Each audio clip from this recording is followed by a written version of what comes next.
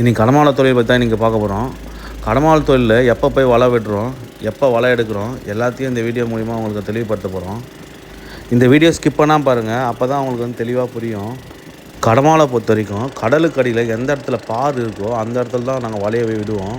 ஏன்னா அப்போ தான் வந்து எங்களுக்கு வந்து மீனும் அதிகமாக கிடைக்கும், சிங்கராவும் கிடைக்கும், கடமாக இருந்தாலும் எங்களுக்கு அதிகமாக கிடைக்கும். இன்றைக்கி வழக்கம் போல் இல்லாமல் காற்று கொஞ்சம் அதிகமாகவே இருந்தது. அதனால் போட்டு ஓட்டுறதுக்கே கொஞ்சம் கஷ்டமாக தான் இருந்தது. ஜிபிஎஸில் அந்த பார் பாயிண்ட் வந்ததும் நாங்கள் வலை விட ஆரம்பிச்சிருவோம். நாங்கள் வலையை விடுறதுக்கு முன்னாடி எப்போவுமே கடலோட நீரோட்டத்தை கண்டிப்பாக பார்த்து தான் நாங்கள் வலையை விடுவோம்.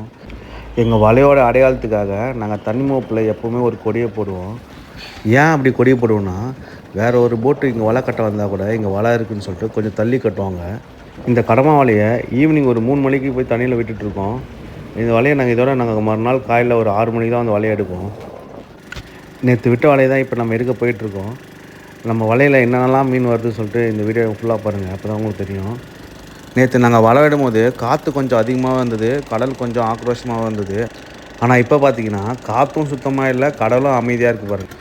கடல் தொழில் பொறுத்த வரைக்கும் எந்த டைமில் எப்படி இருக்குன்னு சொல்ல முடியாதுங்க. இப்போ எங்களுக்கே ஒரு எக்ஸைட்டாக தான் இருக்குது, என்னென்ன மீன்லாம் வரும்னு சொல்லிட்டு. வலையை எடுக்கிறதுக்கு முன்னாடி நாங்கள் வலையை எடுக்கிறதுக்கு தேவையான வேலை எல்லாத்தையும் நாங்கள் பண்ணிவிடுவோம்.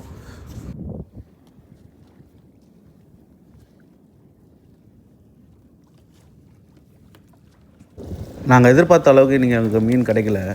ஆனால் ஓரளவுக்கு எங்களுக்கு மீன், கடமா, நண்டு எல்லாமே வந்திருந்தது. மீன்பிடி தொழில் மட்டும் இப்படி தான், ஒரு நாளைக்கு மீன் கிடைக்கும், ஒரு நாளைக்கு மீன் கிடைக்காது. எல்லா நாளும் நமக்கு மீன் கிடைக்கும்னு சொல்ல முடியாது. இன்றைக்காவது பரவாயில்ல, ஓரளவுக்கு மீன் கிடச்சிருக்கு. ஒரு சில நாட்கள்லாம் சுத்தமாக மீனே கிடைக்காத டைம் கூட நாங்கள் வீட்டுக்கு போயிருக்கோம். அந்த மாதிரி டைம் வந்தால் ரொம்ப கஷ்டமாக இருக்கும் எங்கள் தொழில்.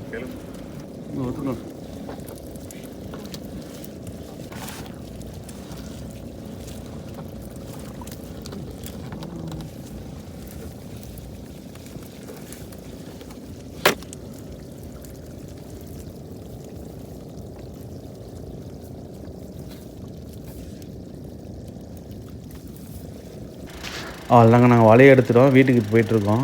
இதுதாங்க எங்கள் கடமாள தொழில். உங்களுக்கு ஷார்ட்டாக உங்களுக்கு வந்து ஒரு விலாக் மாதிரி நாங்கள் போட்டிருக்கேன். கண்டிப்பாக உங்களுக்கு பிடிக்கும்னு நினைக்கிறேன். இந்த வீடியோ உங்களுக்கு பிடிச்சிருந்தா கொஞ்சம் லைக் பண்ணிட்டு கமெண்ட் பண்ணிட்டு போங்க. ஏதாச்சும் ஒரு குறையாக இருந்தால் நீங்கள் கமெண்ட்டில் சொல்லுங்கள், நான் அடுத்த வீடியோவில் உங்களுக்கு கிளியர் பண்ணியிருக்கேன்.